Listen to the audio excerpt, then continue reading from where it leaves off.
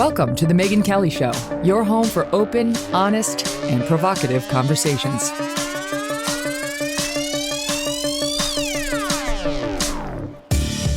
Hey everyone, I'm Megyn Kelly. Welcome to a very haunted Megyn Kelly Show Halloween episode. I'm so excited for today. With Halloween nearly upon us, we have an otherworldly show to kick off your weekend. So fun, right? This is part of the fun of Halloween, is just getting an escape from all the nightmares of Capitol Hill and talking about fun stuff like the paranormal and ghosts and whether houses are haunted and what happens to us when we go away and do we ever really. As the veil between the living and the dead thins this time of year, many people do find themselves wondering, are ghosts real? Do you have a ghost story? I'm going to be taking your calls a little bit later to hear them. We've got two great guests on the topic to talk us through ghost stories today. Later, we're going to be joined by Jim Harold, one of the legends of paranormal podcasting, and he's going to share some of the scariest stories he's ever heard. But first up is Jason Hawes, who has been investigating the paranormal for 30 years. He's the founder of the Atlantic Paranormal Society, or TAPS for short, and the lead investigator and executive producer of the wildly popular television shows Ghost Hunters and Ghost Nation. Jason, welcome. Thanks for having me. Such a pleasure. So I love that your day job is as why don't you tell us? I'm a plumber. I'm a plumber for Roto-Rooter. And, it's one of those jobs that it's recession free. We're never going back to the outhouse, right? That's for sure. Let's hope. Well, it made perfect sense to me when I started to read up on you because you said there's actually quite a bit of similarity between plumbing and ghost hunting. And why don't you tell us what some of those are? Well, you got to remember that most claims can be disproved. So over 80% of all claims of paranormal can be disproved. And it's more getting in and being a problem solver. And that's what we do. I mean, we've found everything from toilets leaking or air in the line that people are thinking, their dead Uncle Fred is knocking on the wall to let them know they're there. And but you're going in to try to figure out what truly is wrong with either this house or this individual or what's really going on, and just try to explain it to them in real world. Well, I think this is perfect because I can tell you, we just moved into a new house in Connecticut, and it suddenly one night, it's a big house. We're used to a small New York apartment. Now we moved into this big house, and we heard the creepiest sound coming from like somewhere in the basement. It was like, oh my God, what is that? I mean, seriously, what? I'm like, Doug, what is that? You're the man. Go downstairs and investigate. It's part of your manly duties. And he was a little like, yeah, that is something. So it turned out to be the plumbing. It was the hot water heater, which is old. And so I can see how you're just the man to debunk or confirm some of these reports. Well, and especially here in New England, I live in Rhode Island, so not far from you. And when we start getting into the fall months where the heat starts kicking on and the moisture in the floor is drying out, so you're getting this popping, which a lot of times sounds like footsteps going up and down stairs. And again, hot water lines that really haven't been being used that much, whether they're running heat through the system or whatever. A lot of times these things kick in and people aren't really prepared for it. So it spooks them out until they understand what's really happening. Yeah, we've dealt like with everything groaning. right down to animals living inside of the walls of people's homes. And, one time we opened up the wall to find that there were chipmunks in there, and they weren't amused. I mean, they were all over the house. It took us most of the rest of the day to end up catching them. Oh, no. Yes, I've had that happen, too. When I lived in Baltimore, I killed myself, I think, 24 mice. We were renting a place for 1 year, and that is why I started calling it Balta-less. With all due respect to my friends down in Baltimore, my experience was a little rodent infested. And you can hear them in the walls. And if you're not sure, if you're not used to dealing with critters, your mind could go to a number of places. So what's interesting about you to me is you say you go into these houses and hotels and locations to disprove claims of ghosts or the otherworldly, not to just nakedly run in and say, yes, ghosts everywhere. Well, and that's it. And I think that helps solidify what we do a little more. And just it's more of a professional area because if you go in with the belief that there's automatically ghosts, I mean, no matter what you catch, you're gonna claim as ghosts. And then you're gonna get skeptics who I'm good friends with many who are gonna come in and just tear that evidence apart. You go in looking for any explanation that you believe isn't paranormal. And then whatever you're left with is stronger to be able to stand on its own. So and that's just the way we've always done it. We try to go in very unbiased, open mind, just, trying to see truly scientifically what it is. Mm-hmm. So you are a kid from upstate New York, just like yours truly. I grew up in Syracuse and Albany, and you're from Canandaigua, I guess. Yeah. Way up west. Yeah. So, and such we've a pretty lived in Rhode area. Island. Then you moved to Rhode Island. Yeah, it's a beautiful area. And then we moved to Rhode Island back about 30, almost going on 40 years ago. So, and as I understand it, there was an important experience in your childhood that may have piqued your curiosity in I don't know, do we call it the paranormal or just otherworldly spirits or guardian angels? You can put any label on it. But I do think this is really interesting. And I don't know whether some people are just closer to the other side. Somehow they have energy that can tap in or see things that others cannot. Because I, like 57% of the American people, do believe in ghosts, and 63% believe in the paranormal of some sort. So I do think that there's something out there, and then some people are able to tap into it in a way others are not. Maybe there's a childhood explanation for most of us, maybe not. But can you tell us about yours? I thought it was quite moving. Well, I've had a couple different experiences throughout my life. The most profound, which really thrusted me into this field, was when I witnessed something back in, I was about 18, 19, and I had an experience. I never really thought much of the paranormal. My family had some prior experiences before, but this sort of just thrusted me into the field of trying to understand how these things were possible. And then you go out and you look online or you read books, and everybody has their own theories, but I'm one of those people where I like to get my hands on and really try to figure it out. So, and that's pretty much how I started doing this. We created a website back then, which it was a tiny little website, which now is still the top visited paranormal website in the world, with over 92 million visitors a year. Wow. And I know it's amazing. Who would have thought it would have blown up into what it did? But most people, where you're saying most people believe, over 60-something% believe in the paranormal. Well, they should, because para is just a Greek word for beyond. So it's beyond the normal of what we're used to. So if you look back, 75, 100 years ago, microwave signals would have fallen under the realm of paranormal because we didn't understand them at this time.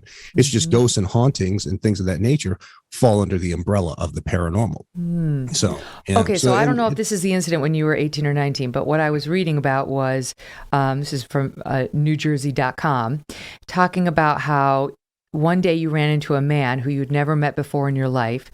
He said something out of the blue. You didn't know where it came from. About anger. Can you tell us about that? Not sure if that's 100% accurate. I did run into a woman. Not true. At one point. I shouldn't have been moved by this. Well, no. Some stranger told you not to let the anger anger get the best of you. That was the story. Well, and actually, that was a lady, a woman that I ran into, who had brought this up to me, and also told me, same lady told me about the anger, but also told me that we would again see each other at some point, and it was years later that I ran into her again, but.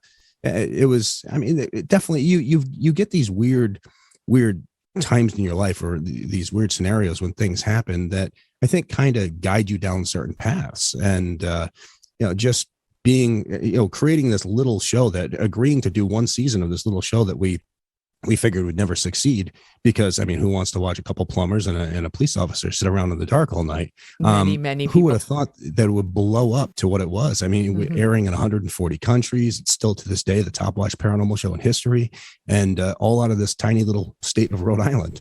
Right. Okay. So what makes you, so you start meeting at like a Starbucks, I gather, with your buddies, start talking about these stories. And then the New York Times does an article on you and things blow up. The article goes totally viral. And then you get offered a TV show. So I guess that's the path toward, taking this thing national. But how did you develop the skills that you use when you go to investigate a place to see if you can detect or debunk any paranormal activity? Well, so we had been investigating the paranormal for years, and we just looked at it differently. And honestly, because we looked at it differently, and we used to shoot down things like orbs and all this stuff, a lot of people kind of disliked us, put it that way, because orbs to them were proof of spirit activity. So I ended up helping out on a lot of behind the scenes in television shows. We've been offered TV shows, just didn't want to be on TV, didn't think it would translate well. Did a New York Times article that came out in 2002 with John Leland, great author, and he came in and we were able to debunk this haunting as a medication issue. So, and that went viral, as you said. Next thing I know, I had production companies coming out of the woodwork. Sat down with a bunch, and it wasn't until I met up with Craig Pelagian, owner of Pilgrim Films, which was a really tiny company at that point, where Craig said, I don't want to change anything. I just want to send cameras with you and record what you do. I don't care if you catch a ghost or not. Where I finally decided, if we don't do it, somebody's going to, and how's the field going to be represented? Mm-hmm. So we agreed to do this little show, which, it created a whole genre of television. The way we investigate has always just been our own style. I don't tell anybody how they should investigate or what equipment they use, but we're always looking for the real explanation. So you need to decide on the type of equipment you're going to go into. I'm not one to go in with dowsing rods or anything like that, because I want evidence that I can put out there and let other people see and draw their own conclusions. I'm not trying to push my beliefs down anybody's throat. I want them to be able to draw their own conclusions. Like what? What do you bring? Well, whether it's video, whether it's audio, whether it's thermal footage, what we like to do is we go in, we never research the property prior to going in, because we feel that the minute we do, we're going to have a situation where we're going to be biased. So if we go and research prior and find out a young boy by the name of Timmy died in the back room, we're going to go in trying to make contact with a boy named Timmy. So if we don't do any research, go in, spend a few days there, catch some evidence, and then go and research and see if that evidence correlates with anything that we've caught. Now that helps make it able to stand more on its own. And then we can also take that stuff and put it out there and let the homeowners decide. We're really big into the historical research, but the historical research after we started investigating a property. Speaking of little boys named Timmy, I understand when you decide where you're going to go, what you're going to investigate, because you get so many requests, you have to prioritize. You're particularly interested if the story involves a child who's afraid.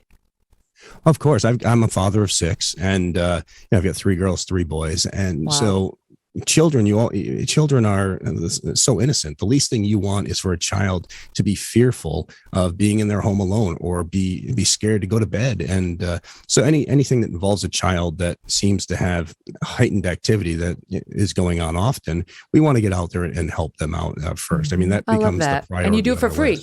You do it for free. Absolutely. Because the rich, the poor, and everybody in between has these problems. If we charge money, we can only help those who could afford our services, and we don't feel that's right. That was one of my questions for you. Is there anything that binds together the people who raise these issues? Age, sex, race, background, socioeconomic status? Is there a tie that binds, or is it completely random?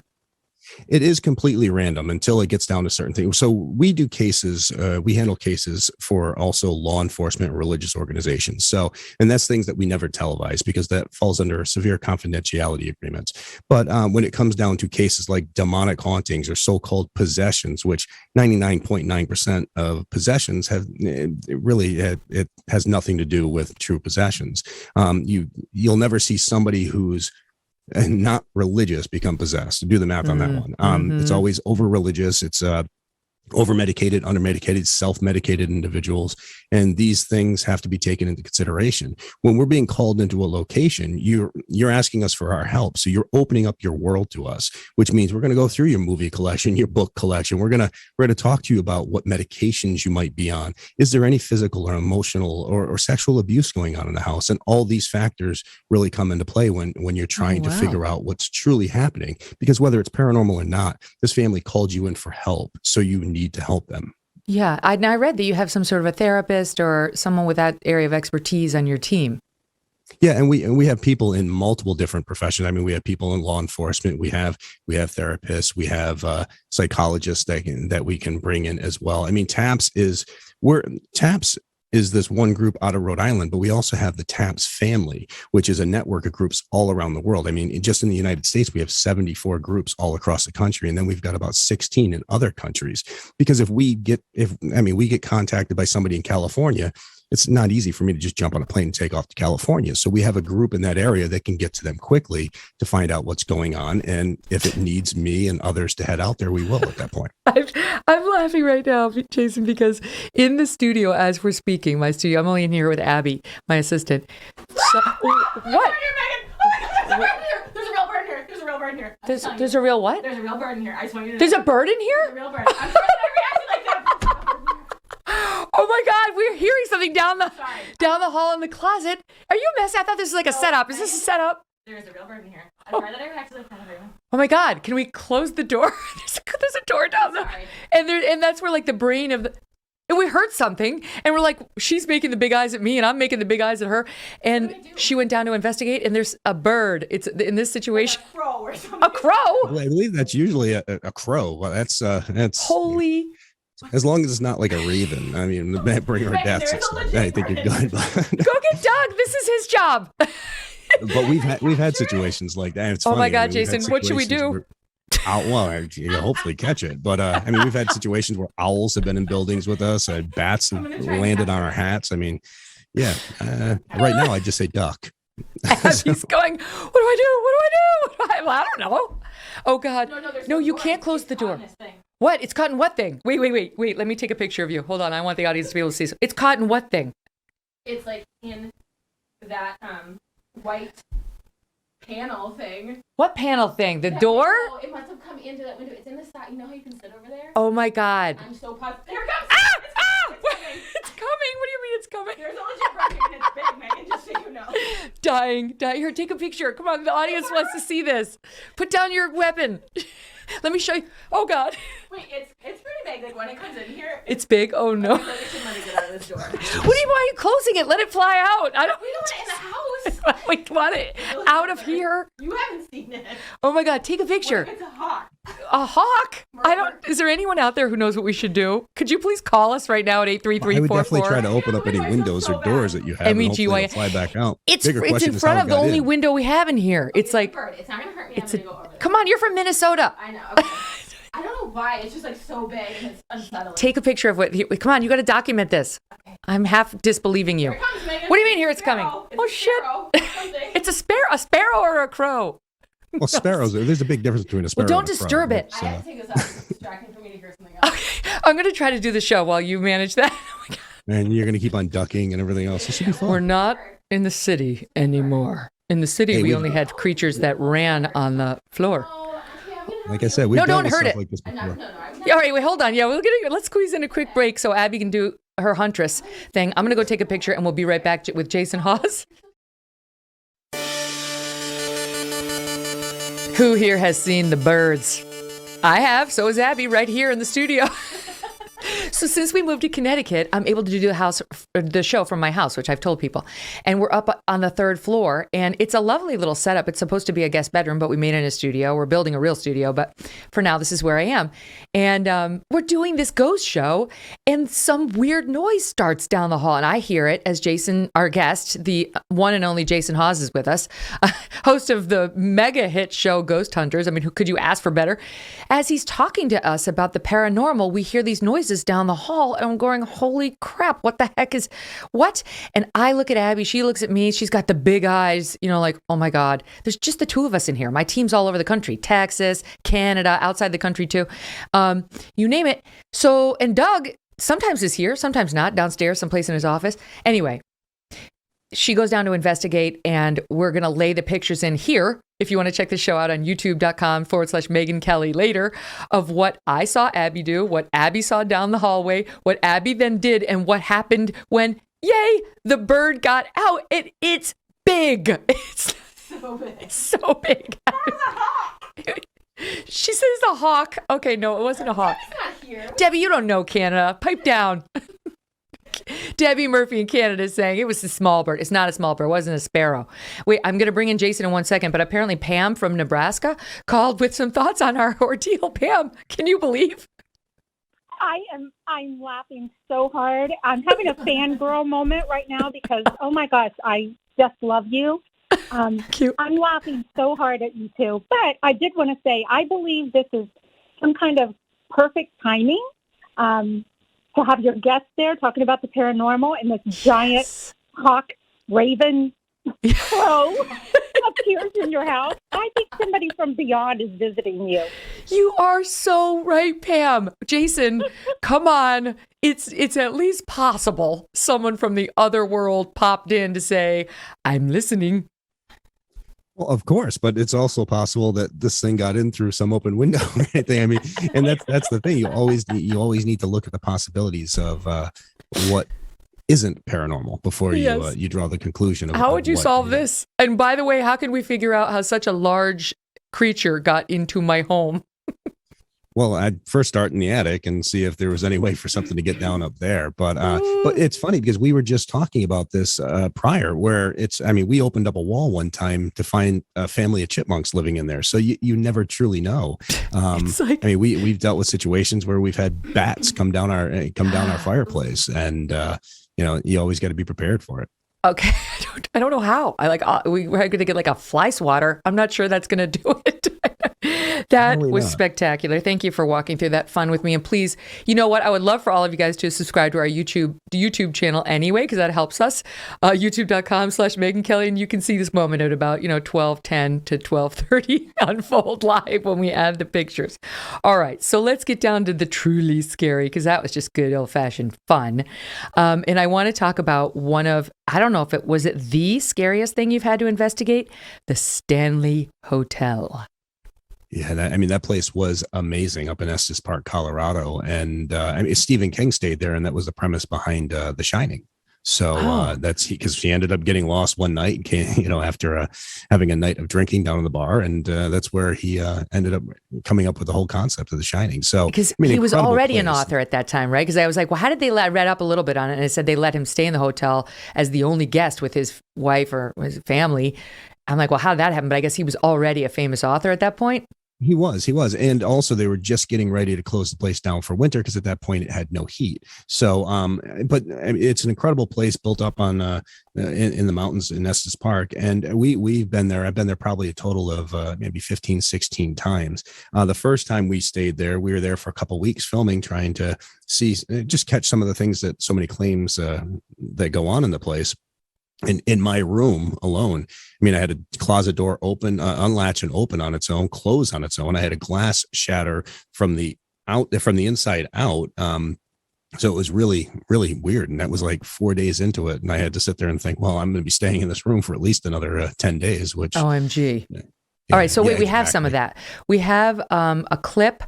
So some of these work visually and some of these work better in terms of audio. It depends. So the first one I think works on both levels. And this is listen for the voice that Jason and his partner Grant hear while they're inside the Stanley Hotel. That would become the basis for The Shining.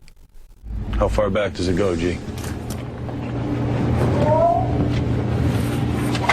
You heard it? I heard that. Just said hello. I know. I heard it. Who are you? Shh. There it is again. I got it on audio. You do? You want to see if I can hear it? Yeah. Listen. Holy. Oh my gosh, what is going on? There was a laugh. Whoa. You could hear that. Yeah. Where was that? Where were you guys going there? That was actually in the employee entrance down in the basement of the Stanley. That they've cut through part of the mountain because the Stanley's built on it, and that was during a live show that we did. We did a 6-hour live Halloween show there, and had that. And the place is locked down, so we don't have to worry about contamination or anything like that. But during the live show, that happened, and it was amazing to catch that live and everybody to experience it at the same time we were experiencing it. On that front, to the doubters out there who say, "Oh, that was a member of your team, or that was a member of the production crew trying to add flavor so you'd have something," what say you? Honestly, I'm not here to argue with them. They can believe if they want to doubt it, they're going to find something to doubt anyways. So all I could say is we caught this. There was nobody else there. It was on live TV, and it was one of the most incredible experiences that we've ever had. To have it live was amazing. So I mean, each person's going to find if somebody doesn't want to believe, they're going to find fault in anything you put out there. So to each their own. But I'm clear conscious here because I was there. I was able to experience it firsthand. Now we have another clip from that same visit, the Stanley Hotel, involving a closet door. This is a little bit more visual than audio, but stay with me, my listening audience, because I'm going to explain to you. He's alone in his room. Jason is at the Stanley Hotel. You're going to hear the closet door open, and then they're talking about a glass breaking, and you can see the glass, which I'll describe to you when the clip ends. Listen.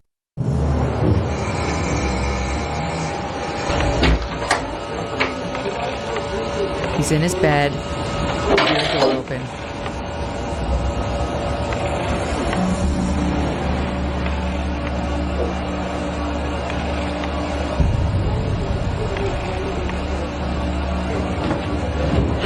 What's that?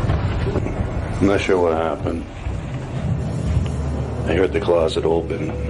Turn on the light for you guys. The closet door is open. This glass actually broke. Here's a piece. And this. Guess I won't be drinking on that one anytime soon. That's crazy. At the very end, Jason picks up this glass, like something you have a cocktail in, like an actual glass, and a slice of it, like an upside down triangle, has come out of the glass, and you can see it on the side of the table. So that had not been broken prior to you going to sleep. No, it hadn't. It had been sitting on the table next to the bed, and you can hear it break if you listen. I mean, you can literally hear it break from the inside out, which is amazing. You can hear the clank and then it fall. Again, and then later on in the night, when the camera was still rolling, I had turned the camera to face the closet because, I mean, the closet door just opened, and it was later on. I'm not sure how much later, but the door closed and latched itself all on camera, and you're able to see that. There's no wires, there's no strings, there's no manipulation. I mean, this happened right on camera. What does that tell you? First off, it tells me that there's an intelligent spirit there because it's manipulated. So there's a difference between, when it comes down to hauntings, you have you have human and inhuman type spirits. Inhuman are things that have never walked the earth in human form. Whether you believe in demonics or angelics or elemental type activity, those would fall under inhuman type spirits. Then human type spirits, you have an intelligent, a residual, and poltergeist. Nothing like the movie, though. So an intelligent is like you and I after we pass. We're trying to communicate. We're tugging on people's clothes, poking, moving small objects, and which creeps people out. Then you have your residual type haunt, which the best way to think of it as a tape player rewinding and playing itself over and over again. If I live in an old house and I decide that this doorway I'm going to cover up and put the doorway down there, but a residual haunt is there, the residual haunt is now going to still follow that same path and walk through now what's a wall, which used to be the doorway, because there's no intelligence to it. It's just like a tape player, where an intelligent spirit's going to know the difference and be able to walk through the new doorway. So that would tell me that there was some sort of an intelligent type haunt there, because it was manipulating objects that were around me that I had brought into the room. Opening and closing the doors, which isn't just a residual sound, but literally movement of things moving. And I mean, there was some spooky talks about in history. They talked about one of the people who owned the Stanley Hotel prior to the Stanleys, and he used to hide in the closet and watch people sleeping and go and steal their jewelry while they were sleeping. So creepy. Definitely some weird stuff. Yeah. So one of the questions I had as I watched and listened to all that you do was, would you buy a house that somebody believed was haunted, said was haunted, or, for example, that it had a bad past, in which someone had been killed? Absolutely. I do it in a heartbeat. I actually we owned a hotel for a period of time up in the White Mountains of New Hampshire, which we bought because it was said to be one of the most haunted properties in New Hampshire. And we owned it for about 4 years, and it was incredible. But I would buy a place like that in a heartbeat. I mean, then I could investigate sitting in my own place. I mean, it makes life that much easier. I could sit on my own couch and investigate. So yeah, I don't have to go anywhere. Well, what if you did find a demonic spirit? I mean, it's all well and good if you've got the one who's just doing the repeat walk across the attic floor every night, or who's like a human who just kind of wants to move your vase from one place to another, though that would be creepy. But no one wants to own a home in which a demonic spirit is present.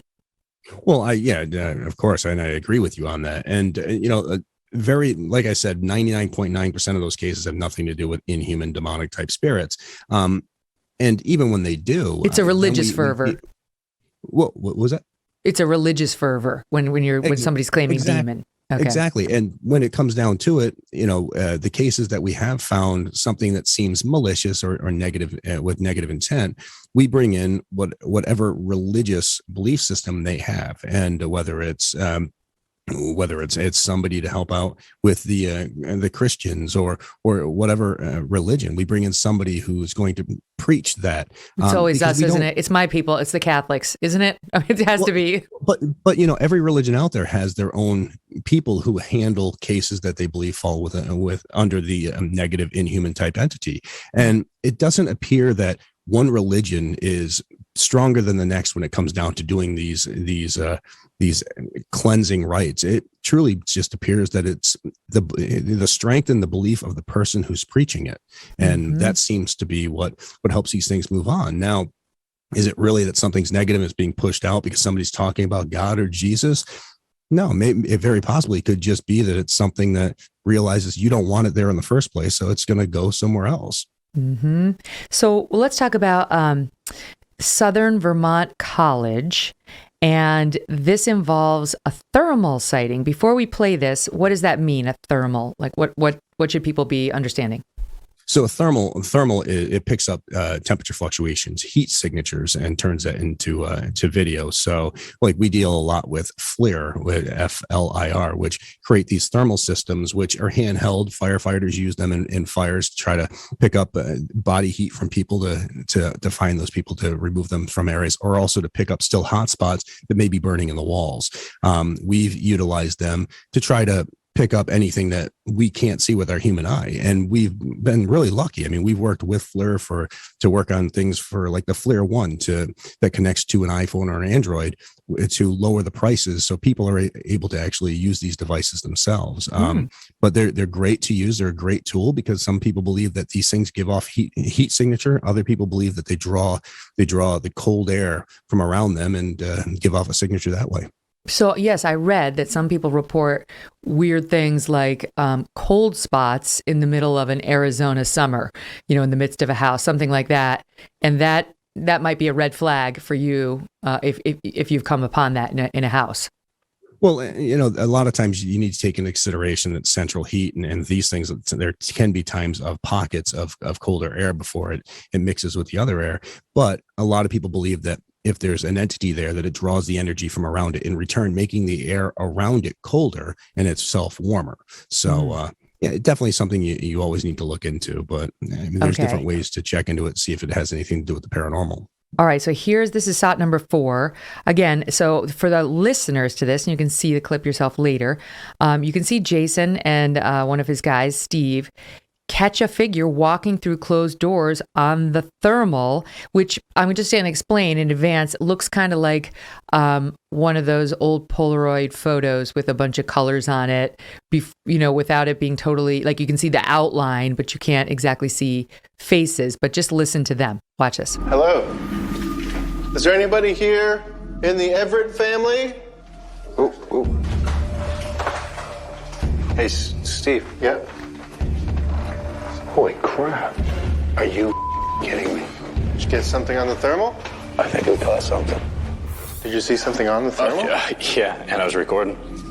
Launch. Okay, boom. All right, so now I didn't think much of it because it seemed like it broke away. I figured it was a reflection. And then watch. Oh. And that was not all the way at the end of the hall. These are closed doors, so that's impossible. It would have moved from here to here. Straight through. So what's happening there? Well, it appears that possibly some sort of a residual type haunt was walking, because I mean the door is locked, so it's walking right through the door. We headed down there, and again, a lot of people don't realize that our areas are locked off. People can't just come and go. I mean, we literally have the front doors blocked, where we have whether it's a production assistant or anybody outside to make sure that nobody comes in. So we don't want to deal with any contamination issues. And we were there investigating, and like this thing just initially, you always need to take into consideration when it comes to thermal that it could be your reflection moving. So because I mean, you hit a glass surface or whatever, the possibility is there. But for something to walk directly across the hallway and walk right into a locked door, you got to try to figure out how that's possible. So going down there and everything else and seeing that all the doors are locked and we can't even get into them really leaves you scratching your head. How many homes do you think have this and don't even know it? Well, it's tough because so activity seems to be higher where young children are present. Now, here's the reason behind that, especially when it comes down to intelligent type haunts, because to a child, anything's possible. And we got a big fat guy coming down a chimney every year, a big bunny bringing him a basket. It's not till we start telling them that their invisible friend Bobby isn't real that we start shutting them off, that we start closing them down. So to a child, anything's possible. So they're more open. They're more prone to see things than adults. So if it's an intelligent spirit that's been trying to be noticed and has spent all this time without somebody, acknowledging it, and it decides to walk through a house and a child acknowledges it, it tends to stay there because it's like, hey, finally I'm being acknowledged. I spent all this time, nobody knowing I was here. So a lot of times children have these experiences, and homes with small children have more activity than others. That's fascinating. So the next time your kid says, Mommy, I think there's someone in the closet, instead of just dismissing it out of hand, like, oh, you're fine, go to sleep, maybe you need to at least entertain the exercise of, well, I don't know. How would you handle that? Well, honestly, if they said somebody was in the closet, I'd find that definitely a little strange, because also kids have, they do a lot of blowing things out of proportion. But if they're saying they're seeing somebody walking through their room or seeing somebody walking down the hallway, or if they're sitting in the living room and they're talking about seeing somebody walking through the house, that's a different scenario. Then you need to take into consideration, is something possibly going on? And there's different ways you can do different things. You can set up a digital recorder or even a zero lux and IR camera in the child's room at night or in your house at night, just trying to see if you're able to document any voices or any movement or anything like that may be connected with your child. If you're not in the demonization or the demon category, can you assume kindness from these spirits, or at least neutrality? Well, I think, see, just like you and I mean, if we're a miserable person in life, we'd be a miserable person in death if we decided not to pass on. So, there's always that possibility, but I believe that I'm not one of those people who look at it like heaven and hell and angels and demons. I believe there's good and bad in everything. When it comes to negative type entities, I'm not going to sit there and tell you that it's definitely a demon, because honestly, Satan wasn't considered really a bad guy until Constantine in Rome decided that they needed a good and a bad aspect to get civilization to run a certain way. So I'm a firm believer that there's negative things out there, but also when it comes to human spirits, most of them are just like us. But if they spent the last 100 years walking around and nobody's acknowledged them, or they're only walking around because they're scared of, having to pay a price when they pass over, or if they're trying to follow somebody, or just something happens so fast that they didn't even realize they were dead, they could be extremely miserable. And that could show when it comes down to the activity that they put out there. This is a weird question, but does any of your experience give you thoughts about what you want done when you die, in terms of how you want to be buried or your remains? Sorry, it's a weird question. You don't want to be buried. I Why? can tell you that. Why? I don't. I figure when I'm gone, let me be gone. Let me. And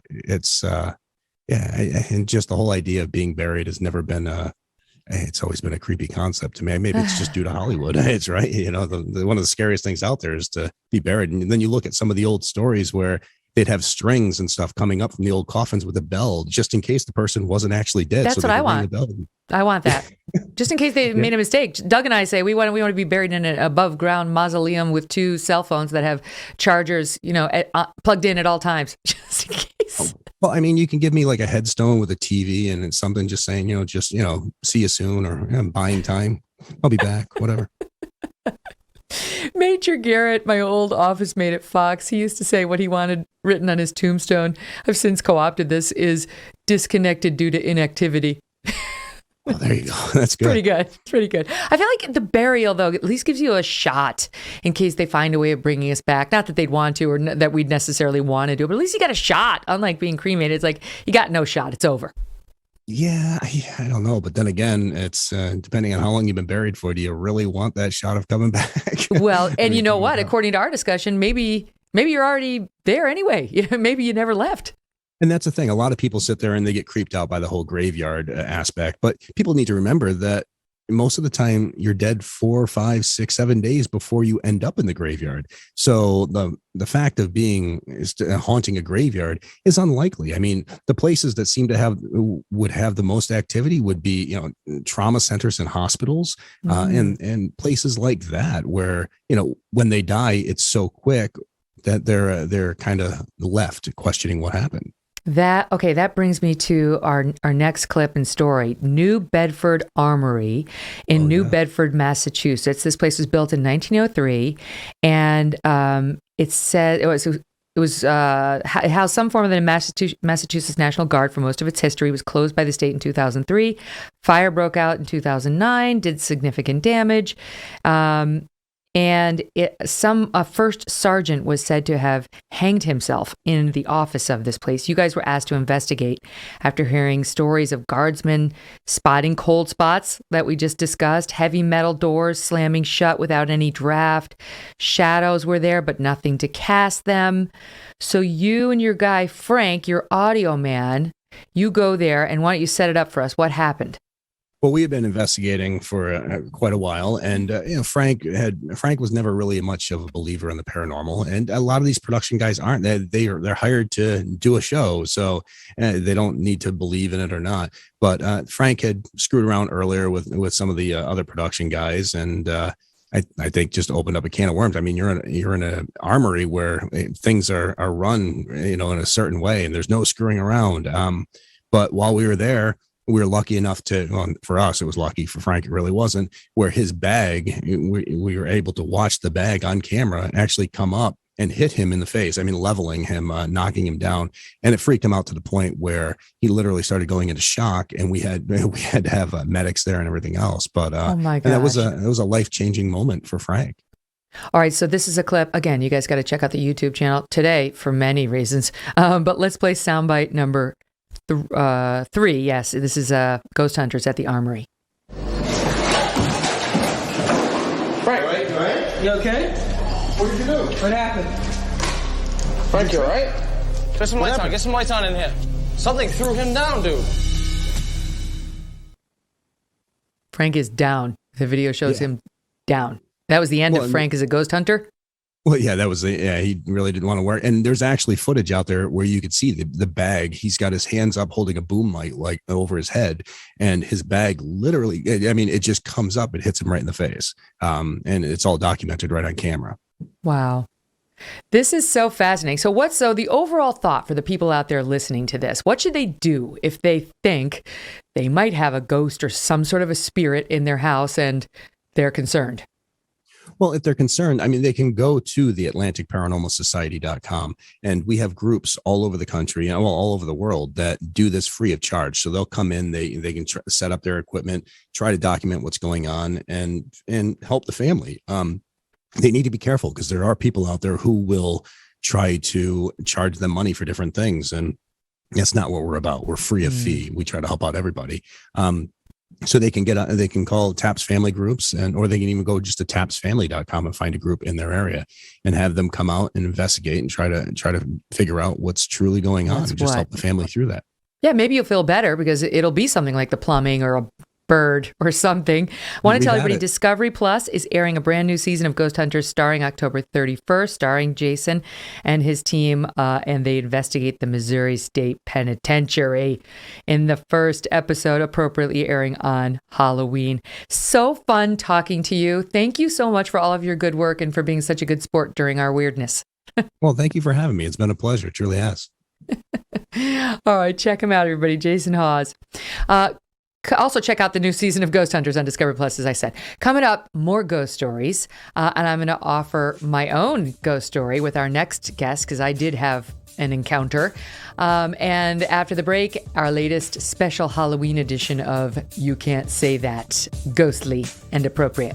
And remember, as I mentioned, you can check out the Megyn Kelly Show live on SiriusXM Triumph Channel 111 every weekday at noon East, and the full video show and fun clips when you subscribe to my YouTube channel, youtube.com/Megyn Kelly.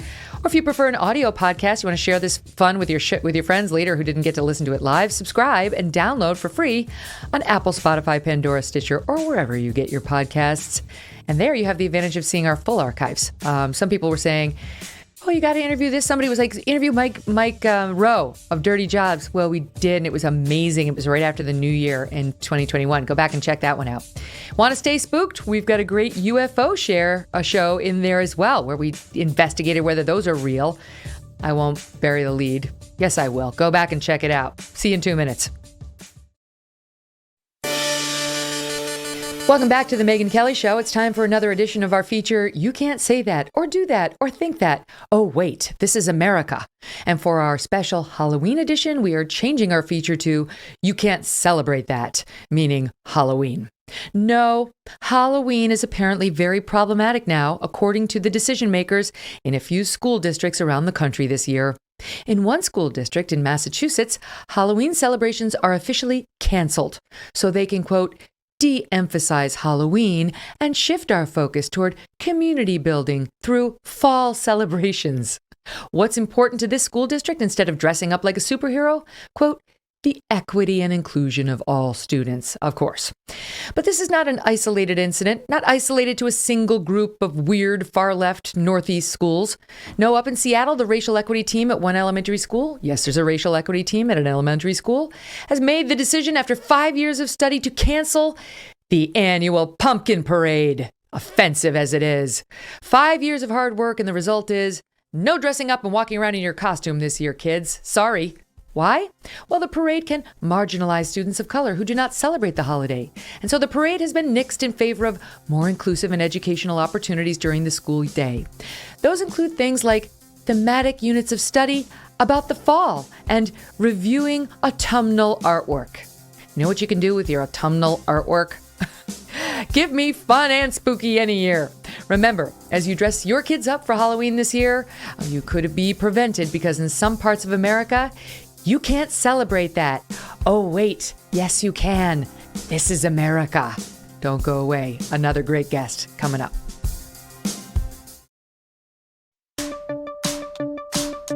Welcome back to a very haunted Megyn Kelly Show Halloween episode. We're having so much fun. I hope you're having fun with us, sharing ghost stories today. Joining me now is the host of the Paranormal Podcast and Campfire Podcast, hugely popular, Jim Harold. Jim has been creating paranormal content since 2005, creating and relating, and his podcasts have over 50 million downloads. He gives listeners from all over the world a platform to share their own encounters with the unexplainable. Welcome, Jim. What I love about your podcast is people so often are sheepish about, like, they're almost embarrassed, you know, like they've never shared the story before, and they might be like, I know I sound crazy, but yours is a place they can go to not feel crazy and to share stories that I guarantee so many of the listeners are like, yes, me too, or something similar. Yeah, that's so true, because I think through the years we've all been conditioned. It's kind of what Jason was saying before. You tell kids, oh, don't believe in that stuff. So we're kind of conditioned that if you tell these kind of stories, ghosts, UFOs, whatever it might be, paranormal stories, that you're shunned and looked down upon. And what we try to do, you know, it's non-judgmental, and just come in and tell us on Jim Harold's Campfire, just come in, tell us what happened. And we're not going to call you crazy. In fact, we'll probably tell you, yeah, I've heard somebody just like that. And that has happened to other people. And that's kind of fun when somebody tells you something and they think it's a totally new concept. And you say, no, I've heard about that this time and this time and this time. So we try to provide that for folks. So what got you interested in this line of work? Well, gosh, it goes back to when I was a little kid watching In Search of with Leonard Nimoy. So, Leonard, wherever you are, thank you.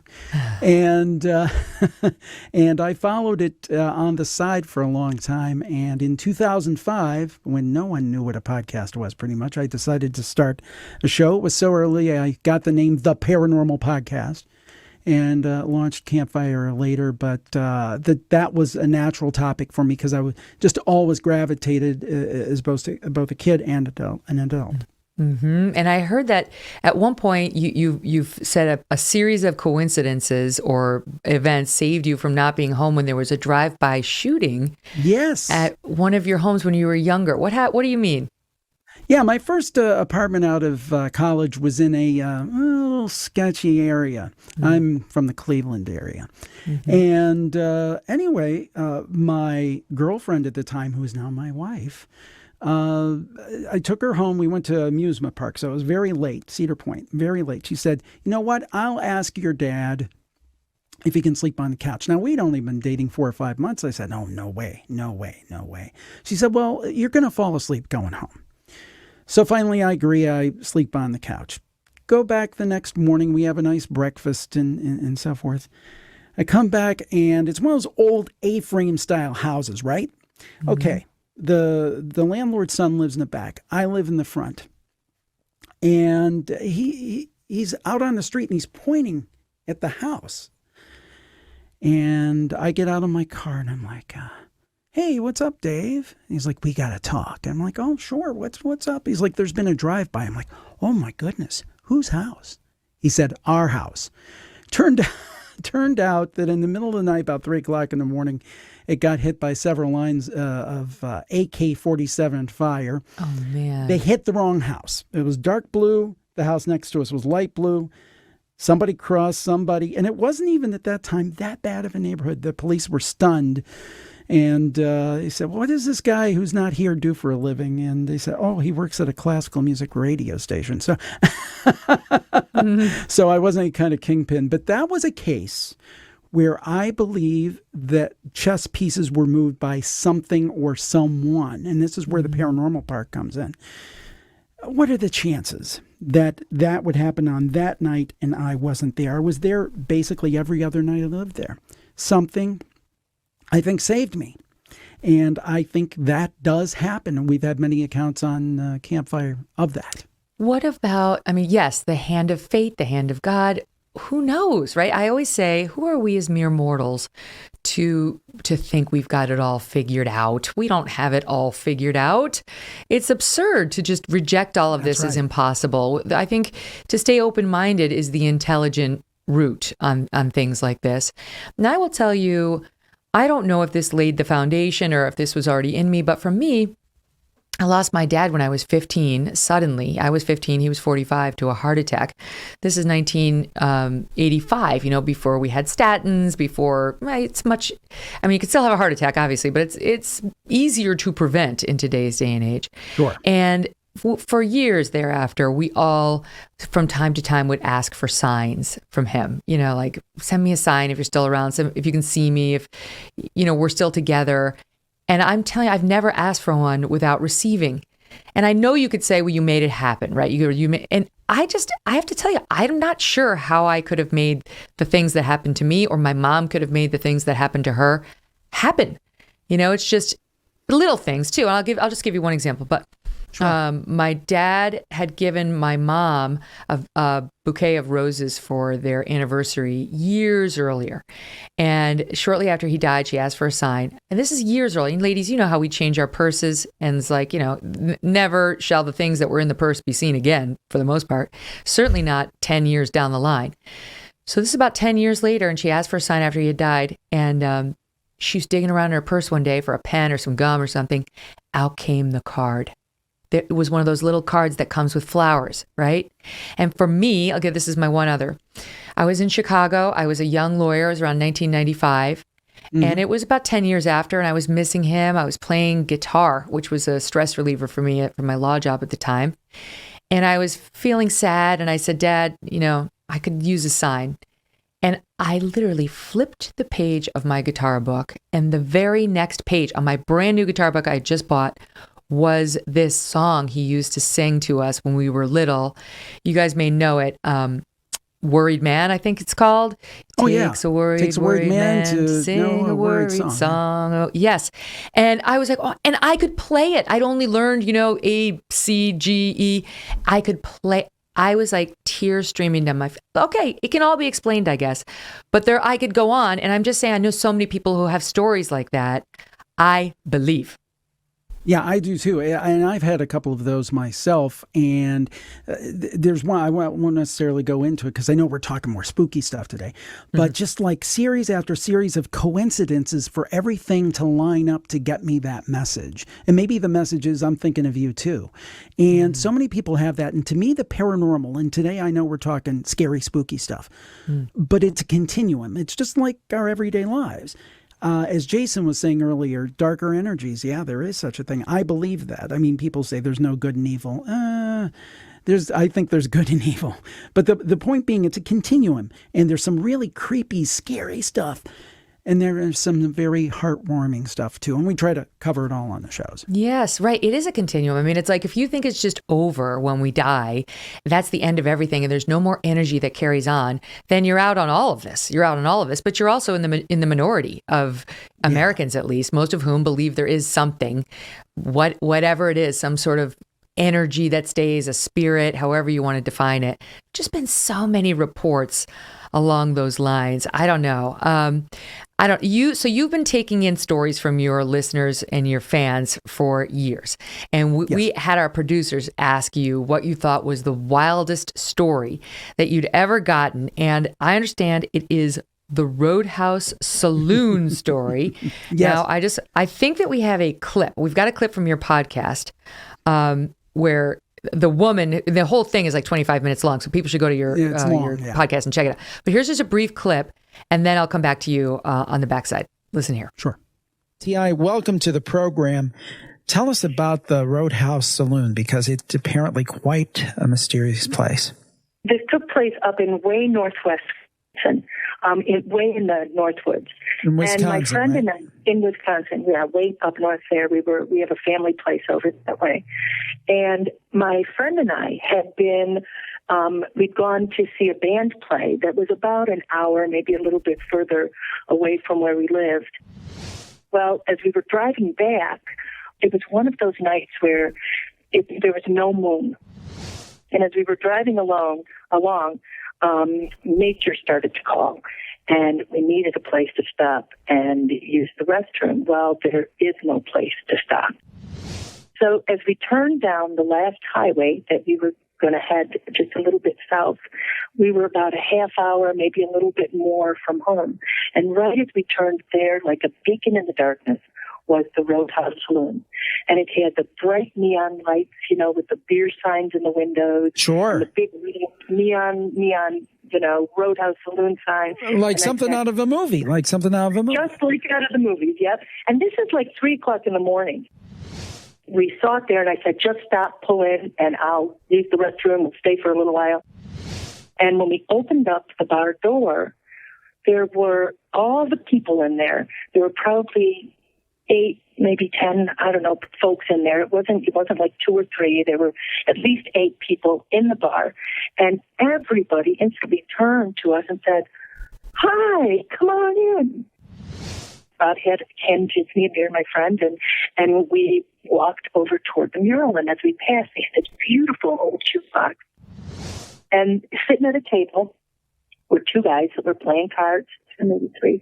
And then there were a couple of guys playing pool at the pool table. And as we passed them, nobody was talking. It was just quiet in place. They just kind of watched us. And we walked over and looked at the mural, and we were talking about it. And it was really interesting. It was painted like the set would be painted on a stage. So things like faded out at the side, and it was real sharp towards the center and in places. And as we were looking at it, I looked at it was a scene out of a Western saloon. And there was a table with people playing cards, and there was a billiard table and everything. And as I looked at the painting of the people playing cards, I looked back over to the 2 guys playing cards at the table, and it was them. That's amazing. But it gets crazier. It gets totally crazier. Okay, I'll try to make it quick. So anyway, they're looking at this mural, and they have the swinging doors, like they're in old westerns. But they notice something they didn't notice before. They see two misty figures in the doorway. They look back and they're talking to each other and they're saying, T.I. and Bob, those are the two people.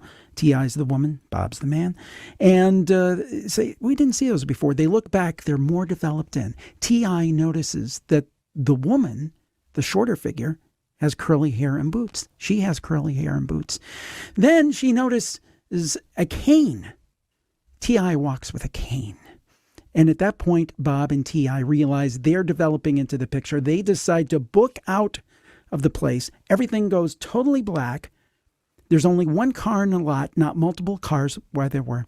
Long story short, she is brave, a lot braver than me.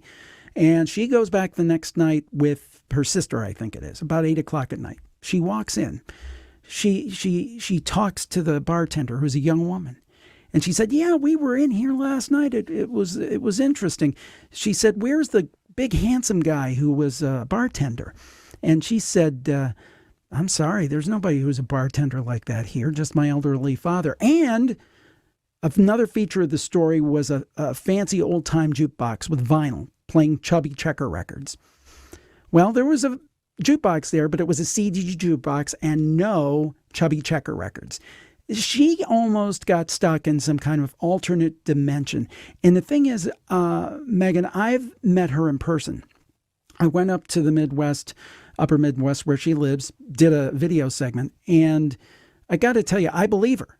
I believe she almost got trapped in this weird dimension. What that is, don't ask me, but I think it happened. That she sounds credible when you can sort of tell from somebody's voice if they're, not all the time, but if they're in touch with reality. And she's a great storyteller too. Oh, yeah. And the other thing about that is, and by the way, our audio is a lot better these days. That's from quite a few years ago. The thing is that I'm not going to get into her personal life, but she's retired from a respected profession. Something people would look up to. So and that's the thing. People think, these people that have experiences, they're cuckoo, they're woo-woo, they're out in space. But almost everybody, even the skeptics, Megyn, have a story. Mm-hmm. Oh, it's amazing. That's one of the things I notice if I listen to your podcast.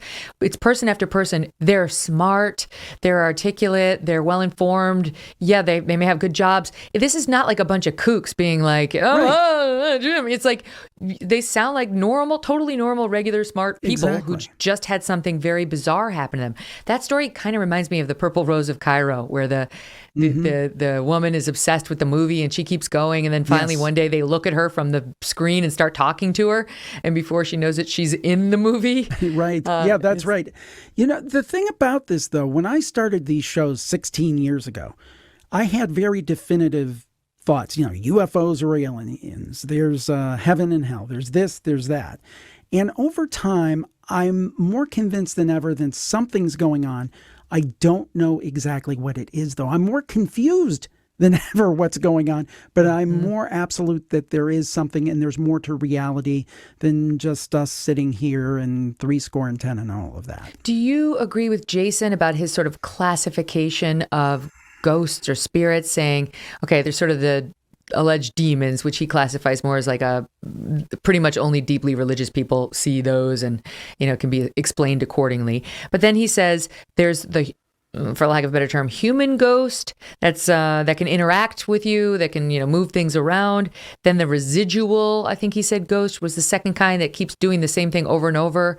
And he also said there's sort of the poltergeist ghost, which is a different phenomenon where it's not exactly like the movie Poltergeist, but I think he did say, or at least I read him right, that it's like little girls tend to be doing the same things. I don't know. What do you, how would you classify the spirits as you know it? Well, I would think that most of that works for me. I don't know about the religion part. I don't really get into people's religion and those kind of things. I mean, I think you could see an evil spirit if you're an atheist. But in terms of residual ghosts and sentient ghosts and the idea of ghosts that present themselves through a poltergeist, I agree with all of that. And obviously, Jason has years of experience, 30 plus years of experience. I would never, I would never go against what he says. But I think some things are just simply a replay. And you see the ghost doing the same thing over and over and over. And then I think there are these sentient ghosts that interact in some way. And to me, those are maybe the more interesting. But yeah, for the most part, yes. How often are people calling in saying they actually saw the ghost as opposed to something moved, I heard something, a sound was made, that kind of thing? Probably less than you would think. I mean, people assume the show's just ghosts, but it's not. One thing people report, and it's not a ghost per se, but actually it's scarier to me than an actual prototypical ghost, is the idea of a shadow person. And specifically what a shadow person is, and many people see these at night, they'll see a figure that looks like it's a hole cut into the universe in the shape of a person. And the way they describe it is darker than dark, blacker than black. And then also sometimes that's accompanied by something called the Hat Man. And that's this shadow figure, which just looks like a black figure. And it has a hat on, and it's totally black, like a hole, like somebody cut a hole out of the universe. Now, I ask you, Megyn, if you woke up and saw the Hat Man, Shadow Man, that seems to me absolutely terrifying. I would have my rosary out in a New York minute. And yes, I still know how to say it. And my Nana taught me well. I've still got that skill. Good for you. Okay, my wife's Catholic. I just play one on TV. We're going to have more with Jim next. He's going to be sharing some more ghost stories with you. And I will tell you the one I had in Florence, Italy, that my kids absolutely love. So let's start with a story I also enjoyed on your podcast, which is that of the Phantom Nurse. Tell us about that one, Jim. Oh, this is a good one. This was from England. Dave from England called up because we have callers from all over the world. And he said that his partner, Paula, her mom is a spooky person. Things weird happen to her. And she was in the hospital. She had a series of a lot of little health things. So she was in the hospital overnight for one of these procedures. And all of a sudden, a nurse comes up to her and asks her if she wants a spot of tea, as they do over in the UK. But the thing about this nurse is that she wasn't wearing kind of what we come to know of now, like kind of the loose-fitting clothes of nurses now. She was wearing a proper old-time English nurse's outfit. So with the hat, the whole thing, something that looks like it's out of central casting from the 1940s. And Paula's mom says, yeah, I'd like some tea, sure. But she kept thinking, what in the world is going on with this outfit? Why is this woman in this ancient dress? So anyway, quite a bit of time goes by, maybe a half hour, 30, 40 minutes. And the nurse comes back, has a cup of tea, still in her old-time outfit. And Paula's mom says, thanks. Thank you for doing that. But what's up with the uniform? And the nurse just smiles and walks off. Doesn't see her the rest of the evening. So anyway, she gets her procedure done, and Paula's mom sees a psychic regularly. And she's talking to the psychic and tells her the experience. And the psychic says, well, you let me tune in here, or whatever psychics do, to do that. I'm not psychic at all, so I don't know. But anyway, he tunes in and he says, yes, you've seen a ghost. Her name is Lily. So anyway, next time, Paula is at the NHS hospital. She's talking to one of the people. And by the way, I should mention that there was only one nurse on duty that night, and it did not meet this woman's description. She was a different race and everything. So supposedly that nurse wasn't there. So anyway, she goes back for a procedure and she asks the staff, hey, I was here the one night. There was this woman that I saw, And this was what she was wearing. And they said, oh, you've seen the resident ghost nurse. You've seen Lily. Wow. And there you have it. There you have it. And that's the thing. I mean, particularly, and Jason was touching on this too, with places with history and so forth. I mean, maybe some of these ghosts, I don't understand it, but maybe some of these ghosts enjoy a place, or maybe they enjoy a certain thing, or maybe they enjoy giving patients tea. I don't know, but there it is. And you hear those reports, hotels, theaters, hospitals, the list goes on and on. Okay, so that is eerie and chilling and exciting. And that brings me to my own ghost story, Jim. So I was also in Europe. I was in Italy studying abroad. I guess it was earlier than 1995. It was, it would have been 1991. I was studying abroad. So I was 20.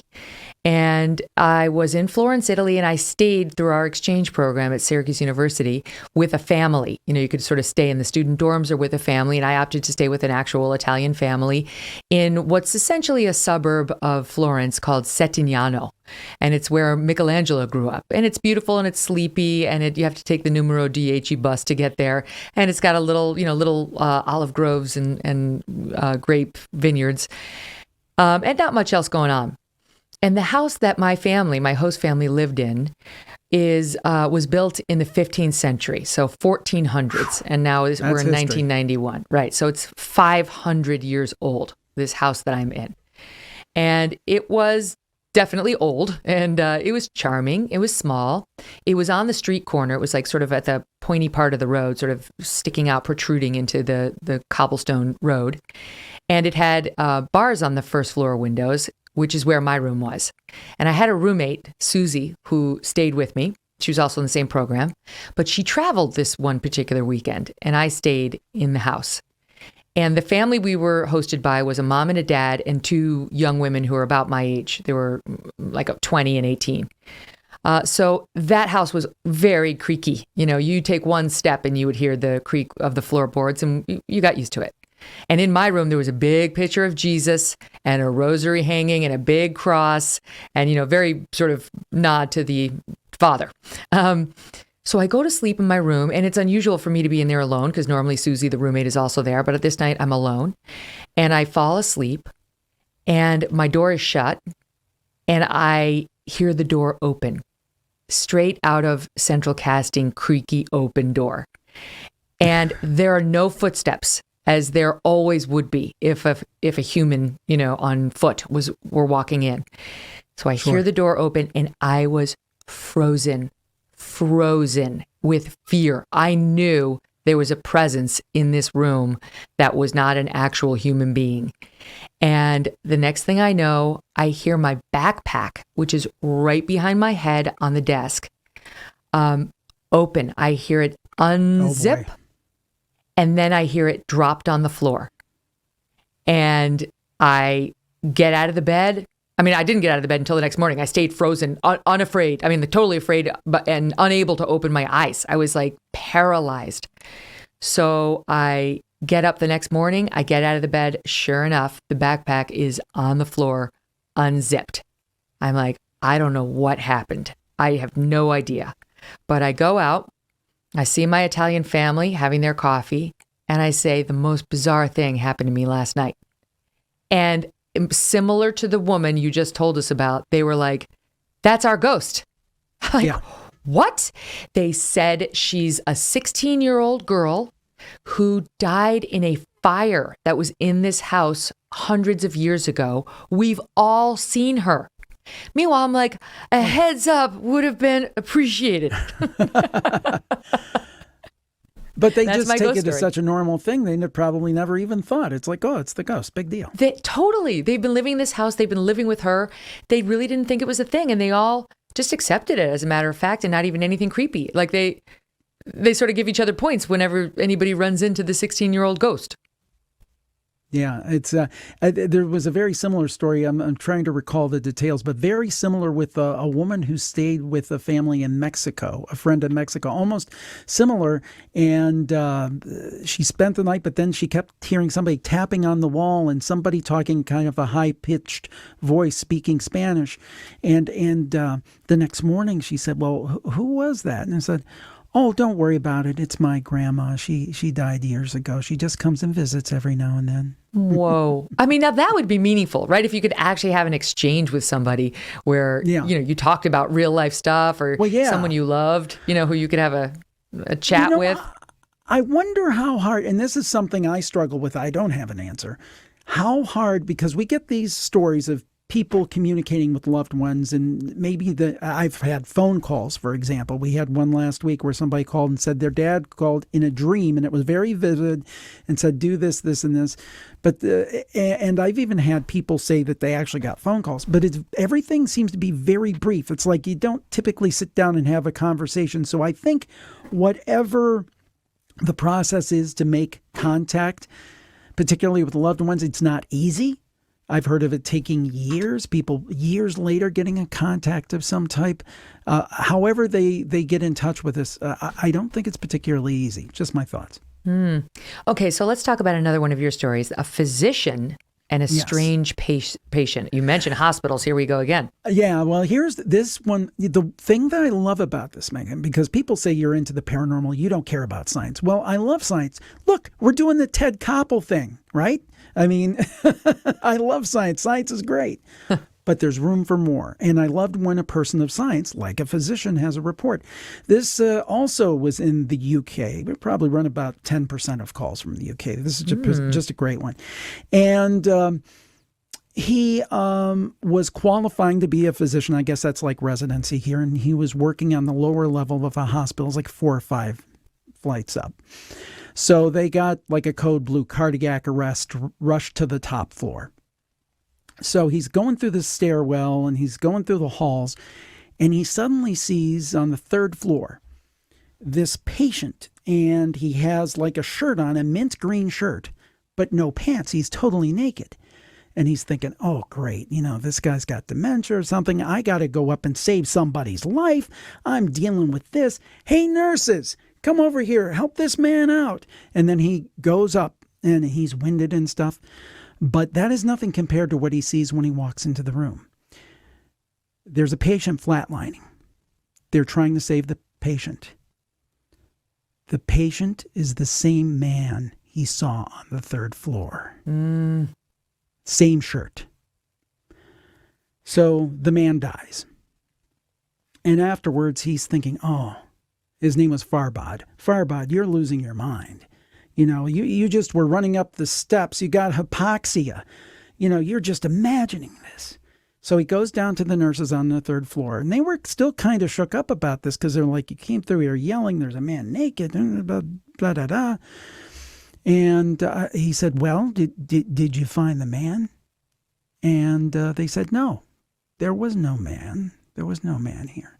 So I asked the question, did he see the embodiment of that man's spirit leaving his body? It absolutely could be. There have been so many stories like that. I remember we did a show on the afterlife and people's sightings or near-death experiences when I was at NBC. And it was great. It was one of my favorite shows. And to your point, there was one of my guests who was a doctor, a scientist, and an atheist. She did not believe in any sort of God or afterlife at all until she had this devastating whitewater rafting accident. Oh, I've seen this person, yes. Do you know this woman where she was dead for a number of minutes and was brought back? And I mean, totally life-changing for her, a total believer now, still a scientist and a doctor, but just completely changed her worldview because of what she experienced beyond. And I think the thing about children, as I was talking about with Jason, is interesting too.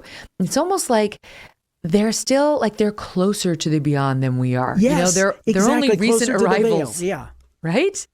So I do think there's something more open about children I don't know, seeing things or understanding things in a way we might not. And, I'm sure people have seen it with their own kids. They come out with some incredible pearl of wisdom or something, we call them old souls sometimes. Where are they getting that from? How do who knows, right? Who can say? Yeah, it's true. And near-death experiences for me, that's the one. And I don't mind if people are a little skeptical. That's fine. But then you have the cynics that just say, there's nothing to this stuff. No, I don't even want to hear it. But how do you explain this, Megyn? And I know that you've had this, if you did that show on NBC about NDEs, you know that one of the main reports is floating above your body and being able to recount when the medical staff is working on you and you're dead or near dying, you're unconscious, you shouldn't see anything, you shouldn't know anything, but you can say, well, that person was wearing a green shirt, that person picked up a scalpel, this person did that. How do you explain that away? Skeptics, how do you explain that away? And even the doctors around the people who offer these reports often will say, she nailed it. Like they're freaked out because exactly. She had it exactly right. That's It's funny because we, the team from my team looked up some of the stats on, believers, some of which I offered. And I do think it's kind of funny. In this time of year, of course, people get very interested in these stories, but a couple of things that jumped out to me. Okay. Americans are willing to live with a ghost and even worse than a ghost in a house that has had a murder take place in it. They say, 20% would live in a home where a murder has taken place. 46% would live in a haunted house if they could get it at a discount. And I heard that people are more concerned about the condition of the roof and the furnace as well. I think I saw that study, and people were more concerned, do I have a good roof? Do I have a good heating system?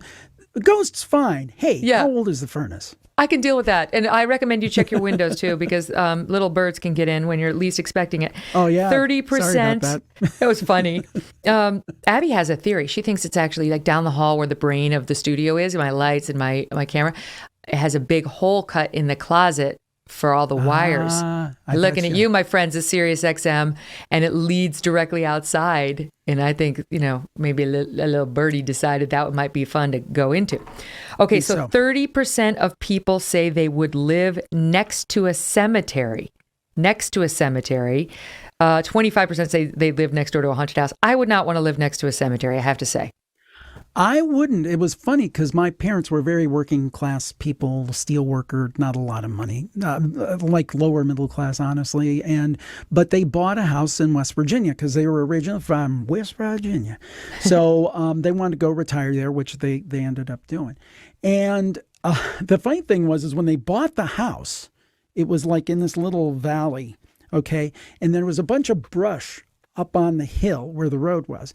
And a year or two after they bought it, they cut out the brush, and guess what was there? Mm-hmm. There was directly across from it was a cemetery. And I'm like, oh boy. But once you got used to it, you didn't even give it a second thought. But I would never, as an adult, I would never go intentionally buy a house next to a cemetery. No, you just don't want to be reminded of your own mortality all the time. That's depressing. That's true. So 60. So again, most people will live in a haunted house. They want a discount though. 75% say they would require a discount to buy a home where someone was murdered. I mean, I think that's reasonable. 69% of those say it should be at least 10% off.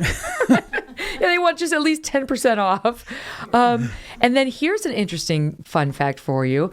If you buy a house that has had haunting in its history and the seller knows it, more and more states are requiring that it be disclosed to you. There was a legal ruling in the state of New York, Stambovsky versus Ackley, comes out of Nyack, New York, which is pretty. It's just north of New York. It's on the Hudson. And there was a baby blue Victorian, and this guy wanted to buy it, but allegedly there were 3 ghosts loitering around the property. Helen Ackley had lived there from the 60s to the early 90s. She believed she had the ghost. She had seen one painting the living room ceiling, another one in her daughter's bedroom dancing. And this guy, Stambovsky, he was a bond trader from New York, said, yeah, here's $32,000 down on what he thought was going to be a $650,000 home. This is according to a Vox.com article. And then he learned of the home's mysterious past. He sued, wanting his down payment back, and he won. He won, and the court found, and I quote, according to Justice Israel Rubin, as a matter of law, the house is haunted. Ha ha. You know, it's funny. Different people have different philosophies on this. You have places like hotels, for example, and if they're haunted, they will play it to the hilt and come do tours and look at it as kind of an opportunity. There are other hotels. I stayed at a hotel, I won't say where, but out west, beautiful hotel. Looked like it was from The Shining, actually. And I said, this place has got to be haunted. So I started Googling it on my phone. And sure enough, there were some stories. I asked one of the employees, and it's like, I said, I'd love to talk to somebody about this for my podcast. It's like, we don't talk about that. And so, I mean, it just depends, on their business proposition. Well, I love it. I love taking a journey down these lanes because, as I say, how can you say definitively not? You can't. So open your mind to possibility. Who knows where it can lead? You got to check out Jim's podcast. It's amazing. I love the stories. Campfire. Check it out, Jim. So glad to know you and to have you here. Glad to spend time with you. Thanks. And happy Halloween. Yeah, to you too. Coming up in just a little bit, we're going to be taking your calls. As you can see, we already have someone on the line, and he's a little handsy. He's a little handsy. You'll have to check out our YouTube channel if you want to see what I'm talking about. Call us at 833-44-MEGYN, 833-446-3496. We'll be right back. Welcome back to the Megyn Kelly Show. The phone lines are lit up right now. And we're going to start with Christina in Texas. Christina, what's your ghost story? Well, first, Megyn, I have to say, when you told your story and you responded with you could have let me know, that's exactly how my story went. Right. So I was staying at a friend's house, and I was sleeping on her couch.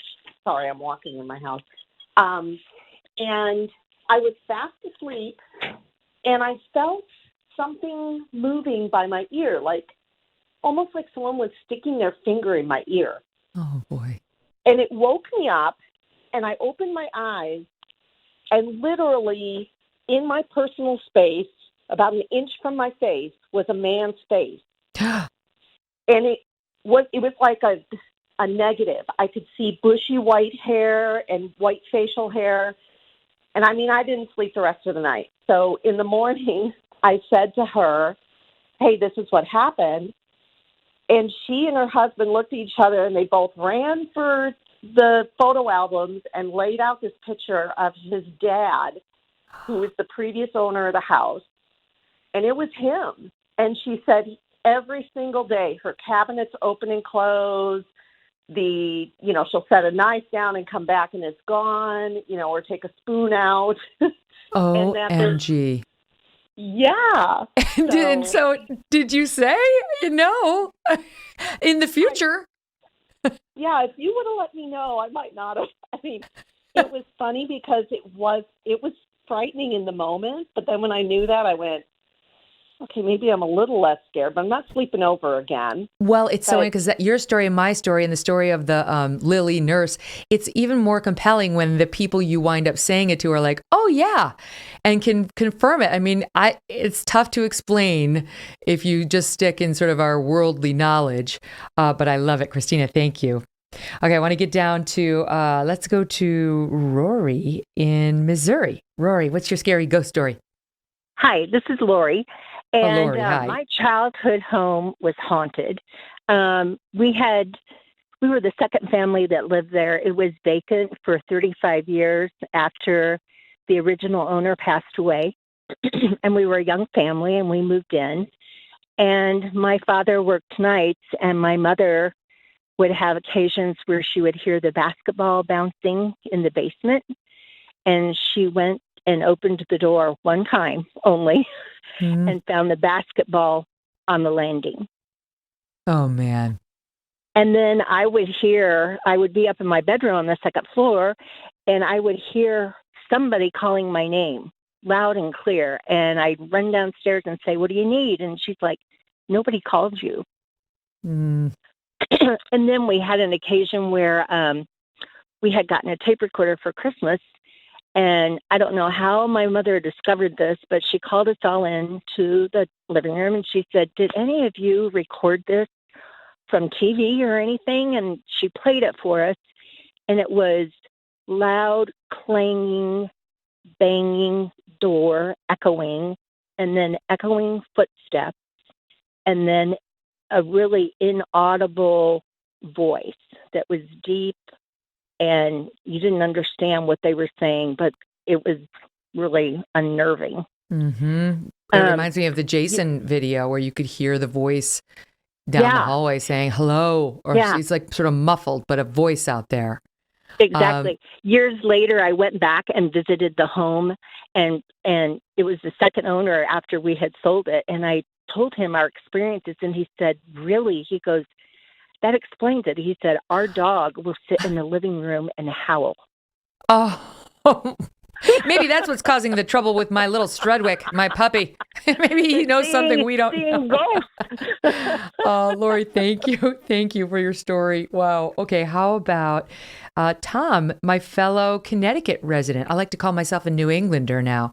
Tom, what's your scary ghost story? Oh, hey, Megan. I'm really glad I found your show. I'm glad to hear you every day.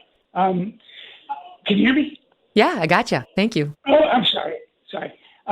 Well, these sort of things have happened to me quite a bit in my life. But when I was 17, I just gotten back from my first year of college. I was back in my hometown and tired, and I'm upstairs. We had not that big a house, but I shared a room with my older brother who was downstairs having a party.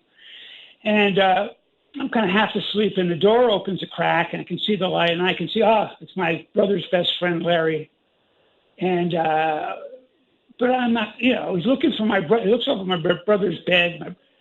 He looked real disappointed, or disappointed.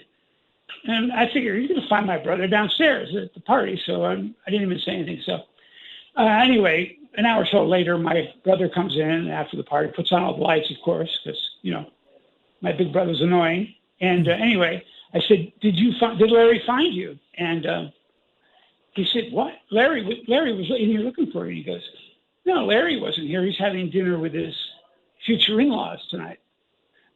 Not anywhere near there. Okay, so anyway, maybe I was dreaming. Or half dreaming. And then anyway, the next day, my mother, father, and I had planned to fly to Los Angeles if my brother was going to stay home. We did, and we landed there and get to the hotel, and there's a message waiting for my dad. Call home immediately. And my brother, he did, and my brother answered. And Larry, this kid, who's only like 20, had picked up a live wire at his construction site that day, like a few hours before we landed, and died. Oh, wow. So, and, I wish I could have, I tried to get it when your guest was there, but as I said, these things have, it happened to me a lot. Not so dark, not as dark as that, but no, but I do. Like I was saying, you never know. Like some people, I do think, whatever, can tap into it, or maybe you have to be open-minded to it, or I don't know what the requirement is, but I guess it can happen to even the doubters, since we talked about the scientists. I believe, and I'm sure you believe, and I just think that is too creepy to discount as not true. It's just too crazy. Tom, thank you. I love the story. Appreciate it. All the best to Larry. Let's go to David in Maryland, who's got a story for us. Hi, David. What's your ghost story? Yeah, well, hold on. Let me get you off speaker here. So I grew up in a big family, 10 kids. We moved to a house in Jersey, and we lived there for about 3 years. We moved out. And later on, we're all talking. Well, the interesting thing, the 4 youngest of us all experienced a maternal spirit. My little brother threw something at my head and got swatted on the back side for it. Bringing it to Halloween, my mom used to put the candy up on these big installed bookshelves that she had to actually get a stepladder to get up to. And I was like 5 and I couldn't get the stepladder. I tried climbing up there one early morning and fell. I had my hand on the bag, So I was up a good 8 feet. I fell, and it was hardwood floor. Just before I got to the floor, I stopped. I literally levitated for ever so slightly a second, and then lightly hit the ground. My sister became very ill, 104 temperature, and my other sister, who slept in the same room, saw someone sitting in the chair over her every night until her fever broke. A sister who got sick later on, one night woke up. My sister had kicked off her blankets. It was very cold, old New Jersey house, and something put the cover back over top of her. And so interesting. So it was a friendly ghost. I mean, at least it was a friendly spirit. Well, the interesting thing is my brother John, the oldest of them, the only one who said he experienced everything, started to experiment with acid. And he said on a few occasions, just after he took it, he heard a very maternal female voice go, "Oh, John." That actually might have been your mom. Thank you so much for your call, David. Thank you all for your calls. It's funny because we stay in a creepy old house in New Jersey that was once reportedly a brothel. So I'm waiting to see the ghost there. I think they're going to have all sorts of stories to tell. Thanks for joining us today. Thanks for calling in with your special ghost stories. Look at this. My team's having some fun with the filters, the Halloween filters. I could get a good Halloween costume idea here. Creepy pumpkin head? I don't know. That sounds annoying. But I like the ones that make a butterfly in the middle of my face. I won't have to do my makeup. Oh, wow. Whoa.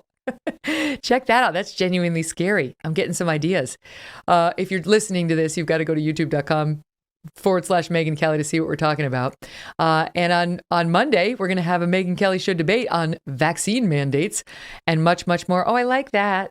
And that's kind of cute with the little bat on my shoulder and the sparkles behind me. There are all sorts of fun messaging apps that you can use to make your Halloween more festive. And we appreciate, oh yeah, there you can see my face now. We appreciate you spending Halloween Eve with us.